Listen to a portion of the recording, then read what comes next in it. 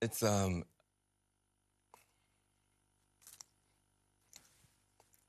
it's easier to be a parent this morning. It's easier to be a dad. It's easier to tell your kids character matters. It matters. Tell them the truth matters. Being a good person matters. And it's easier for a whole lot of people. If you're Muslim in this country, you don't have to worry if the president doesn't want you here. If you're an immigrant, you don't have to worry if the president's going to be happier to have babies snatched away or send dreamers back for no reason.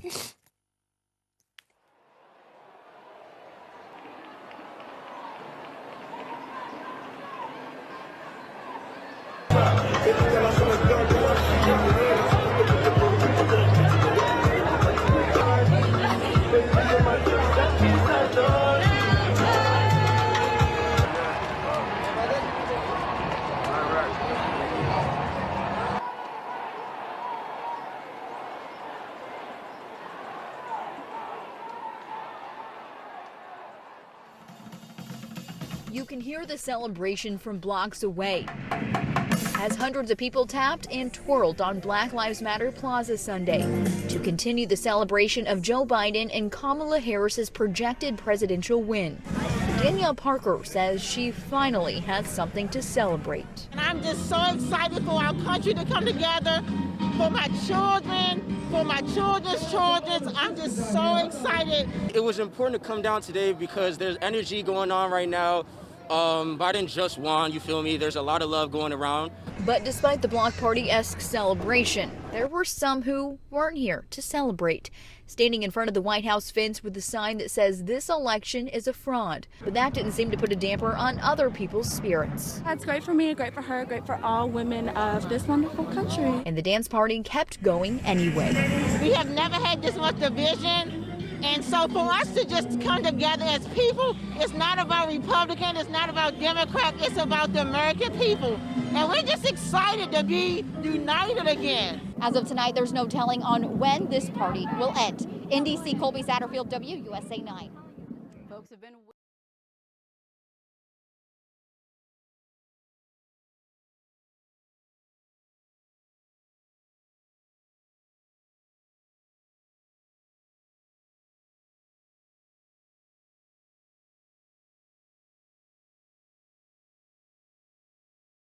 Vice President Biden, your reaction, and just 40% of Americans say they would definitely agree to take a coronavirus vaccine if it was approved by the government. What steps would you take to give Americans confidence in a vaccine if it were approved? Make sure it's totally transparent.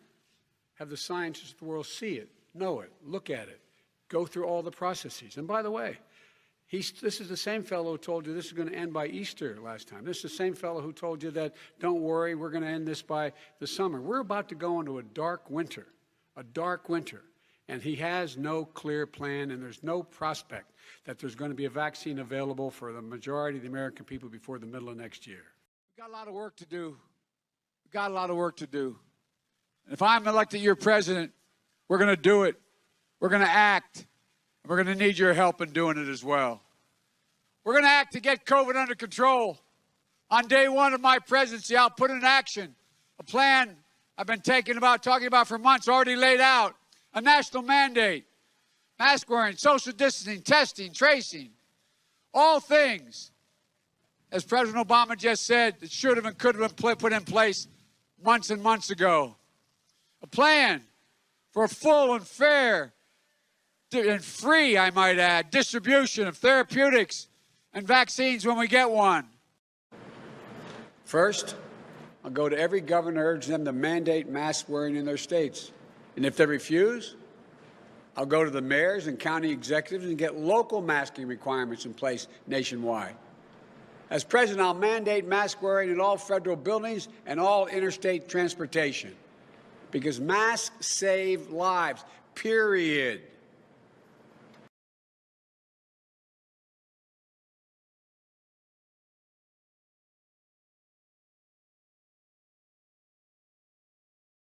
Just look what happened in Arizona. Republican governor initially tried to bar local governments from implementing mandates on their communities. What happened? In June, Arizona got hit with a surge of cases. Hospitals were flooded. The state health system was overwhelmed. So cities and counties appealed the governor's ruling. They imposed their own local mandates, covering most of the state. The result? Cases fell by 75%. Wearing a mask is not a political statement. It's a scientific imperative.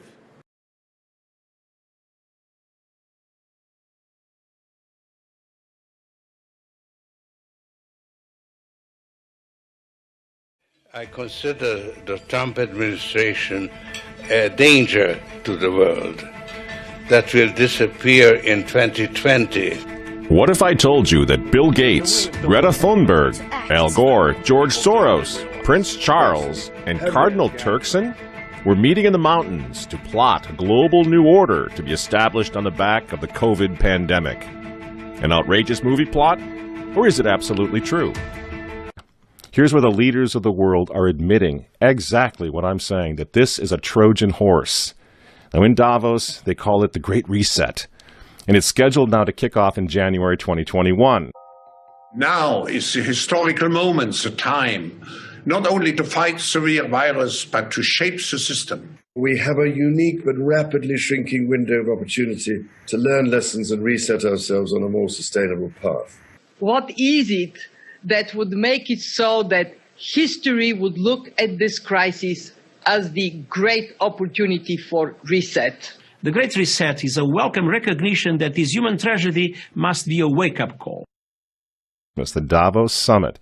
And the Great Reset, they need President Joe the Catholic Biden to hand us, the United States, over to them if he wins this election. This is why they're trying so hard to take Donald Trump down. Biden is not a serious candidate. We can all agree on that, right? He's not serious. The poor fellow. He's in his dotage now. So what are they doing? They don't want a serious candidate. I'm not talking about on the right. I'm talking about on the left. They don't want someone who's going to be serious. Everyone with a pulse knows Joe Biden can't do this job. What's he doing there then?